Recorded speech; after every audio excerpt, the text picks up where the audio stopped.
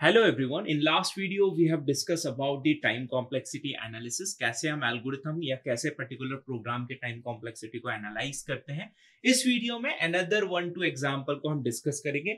But इससे पहले आप प्रीवियस हमारे 2 वीडियोस जो है उसको वॉच करिए ताकि आपको ये पता चले कि what is a time complexity, how to analyse the time complexity. Last video में दो पर्टिकुलर प्रोग्राम्स के थ्रू मैंने एक्सप्लेन किया था. नाउ टाइम कॉम्प्लेक्सिटी को एनालाइज करने का रीजन क्या है, पर्पस क्या है, ये सब हम लास्ट वीडियोस में डिस्कस कर चुके हैं. बट एक बार फिर से रिकॉल करा देता हूं आपको. टाइम मतलब किसी भी एल्गोरिथम के एग्जीक्यूट होने का, मतलब वो जितने भी इंस्ट्रक्शंस आपने किसी भी एल्गोरिथम या किसी भी प्रोग्राम में लिखे हैं उसको एग्जीक्यूट होने में कितना टाइम लगेगा, वो टाइम कॉम्प्लेक्सिटी आपकी कहलाती है. फॉर एग्जाम्पल डेटा स्ट्रक्चर में आपने क्विक शॉर्ट एल्गोरिथम के टाइम की बात की तो आपने बोला the worst case time complexity of quick short is order of n square and average case time complexity of quick short is order of n log n. जैसे ही आपने order of n square time complexity बोला या order of n log n time बोला तो इसके लिए एक recurrence relations आप बनाते हैं जब टाइम कॉम्प्लेक्सिटी को एनालाइज करते हैं, और उस पर्टिकुलर रिकरेंस रिलेशन को जब आप सॉल्व करते हैं तो वो पर्टिकुलर टाइम आपका in terms of logarithmic, in terms of linear, in terms of constant, in terms of quadratic, in terms of cubic, in terms of ये कहते हैं एक्सपोनेंशियल टाइम, ये आपको रिजल्ट मिलता है. नाउ इस वीडियो में दो सिंपल से प्रोग्राम पे मैं डिस्कस करूंगा. First program is, let us assume हमारे पास में एक व्हाइल लूप है, व्हाइल. और मैं अगेन पहले भी आपके वीडियो में बता चुका हूं कि मैं जो भी यहां पर लिख रहा हूं उसको पूरा प्रोग्राम नहीं लिख रहा हूं. इसको इस तरह से आप समझ सकते हैं कि एक प्रॉपर स्यूडो कोड है और यहाँ पे एरर्स वगैरह के टाइप में आप या ना सोचे कि ये डिक्लेयर नहीं हुआ, वो डिक्लेयर नहीं हुआ. मेरा पर्पस है यहाँ पे आपको कि कैसे टाइम को एनालाइज करते हैं वो बताना. ठीक है. While n is greater equals या ग्रेटर देन 1, तो हम ये बोल रहे हैं n equals to n/2. So this is my statement. ठीक है. बट यहाँ पे एक कंडीशन लगा दी हमने, constraint where n should be greater equals to 2. So यहाँ पे हमने एक कंडीशन लगा. Now what is the time complexity of this particular question और दिस पर्टिकुलर सिनेरियो. नाउ यदि अपन चेक करें तो यहाँ पे देखिए आप n की कोई भी वैल्यू को आपको एज्यूम करके चलना पड़ेगा. Let us assume n equals to, मैं यहाँ पे एज्यूम करके चलता हूँ 32. ठीक. सो व्हाइल n मतलब 32 क्या ग्रेटर है 1 से? Yes condition true. तो 32 is greater as compare to 1.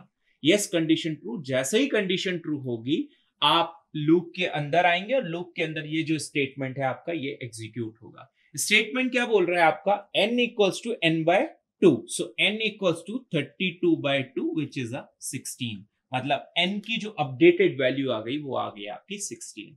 Now 16 जो आया वापस से ऊपर जाएगा. फिर से हमने चेक किया क्या 16 ग्रेटर है 1 से? Yes condition true. तो फिर से इनर लूप पर आए, मतलब सॉरी अंदर जो स्टेटमेंट लिखा है उस पर आए. तो n equals to 16 divided by 2, तो ये कितना मिल गया आपको 8. सो वापस से ऊपर गए तो 8 क्या ग्रेटर, ये लूप कब तक चलेगा? जब तक ये कंडीशन मेरी फॉल्स ना हो जाए. क्या 8 ग्रेटर है 1 से? Yes condition true. तो 8 डिवाइडेड बाय 2, तो यहाँ पे रिजल्ट मिल गया आपको 4.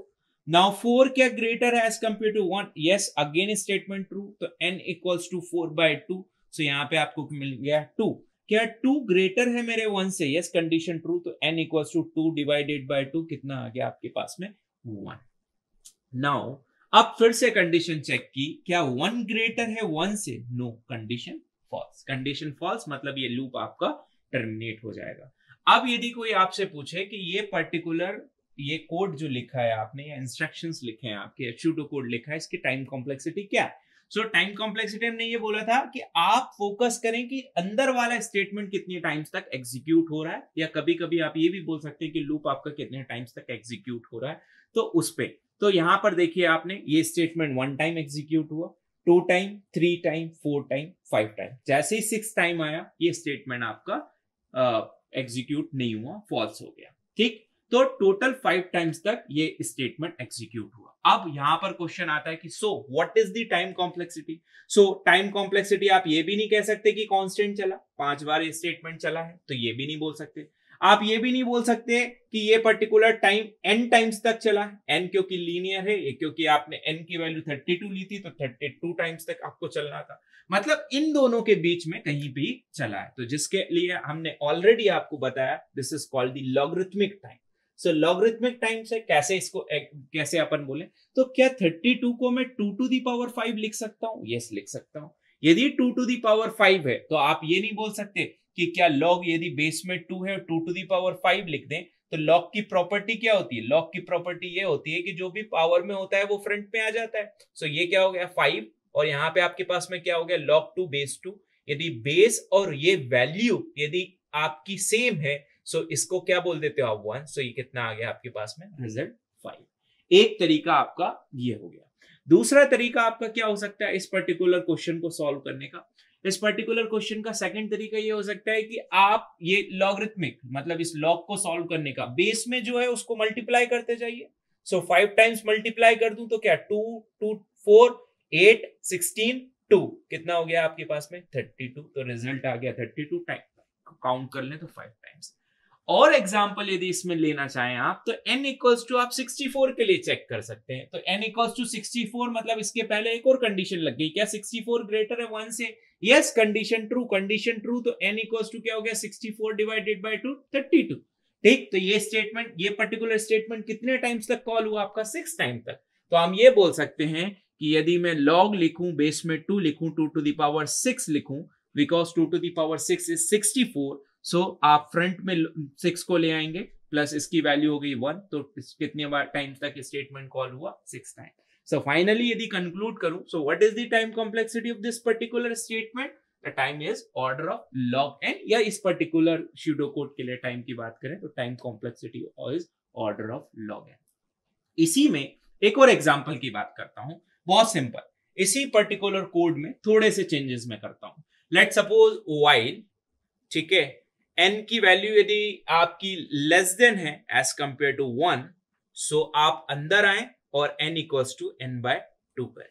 ठीक है, सो n की वैल्यू यदि लेस देन है 1 से तो अंदर आइए और यहां पे यदि एक कंडीशन लगा दें कि where n should be greater equals to 1। ठीक है, n की वैल्यू 1 होना चाहिए। सो लेट सपोज n की वैल्यू यहां पे 16 है। ठीक, तो यहां पे क्या हो गया आपका 16 क्या लेस देन है as compare to 1? No, condition false.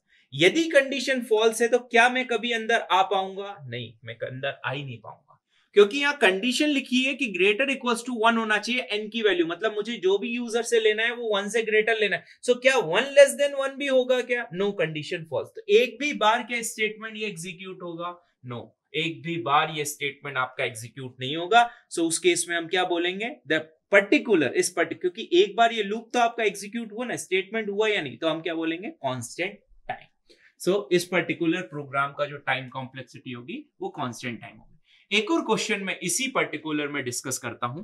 Let suppose question number 3, इसी पर्टिकुलर केस में while n there are n number of questions जो आप फ्रेम कर सकते हैं कॉम्प्लेक्सिटी पॉइंट ऑफ व्यू से। सो n इक्वल्स टू n+1। ठीक है, ये क्वेश्चन है आपके पास और इस क्वेश्चन में ये बोला है कि again same condition where n should be greater equals to 2। ठीक, now what is the time complexity of this particular question?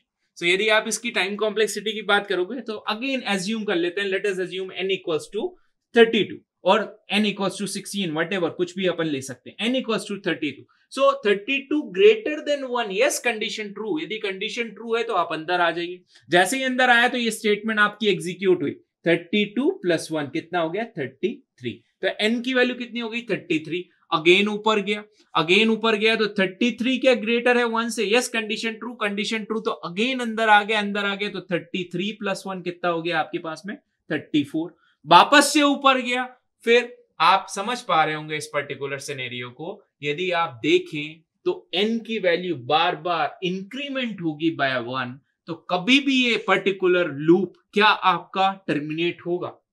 कभी भी ये लूप आपका टर्मिनेट नहीं होगा। ये लूप आपका इनफाइनाइट टाइम तक चलता रहेगा। और यदि एल्गोरिथम डिजाइन का आपने मेरा लेक्चर देखा है, पहला लेक्चर जिसमें मैंने बोला था what is the property of particular algorithm, so algorithm should be terminate with in the within the finite amount of time. So यदि बोलेंगे इस पर्टिकुलर केस में या इस पर्टिकुलर सिनेरियो में, इस पर्टिकुलर क्वेश्चन में, तो हम ये कह सकते हैं कि ये क्वेश्चन, ये particular instruction finite amount of time में आपका टर्मिनेट नहीं हो रहा. इट मींस इनफाइनाइट टाइम्स तक ये एग्जीक्यूट हो रहा है. So it is not an even algorithm. ठीक है, रिजल्ट तो आपको कुछ मिलेगा ही नहीं, बट क्योंकि ये एल्गोरिथम की प्रॉपर्टी को भी सेटिस्फाई नहीं करता, तो ये आपका एल्गोरिथम नहीं है. So this is all about this particular 3 question. Next video में एक क्वेश्चन और डिस्कस करूंगा मैं based on the time complexity. Thank you so much.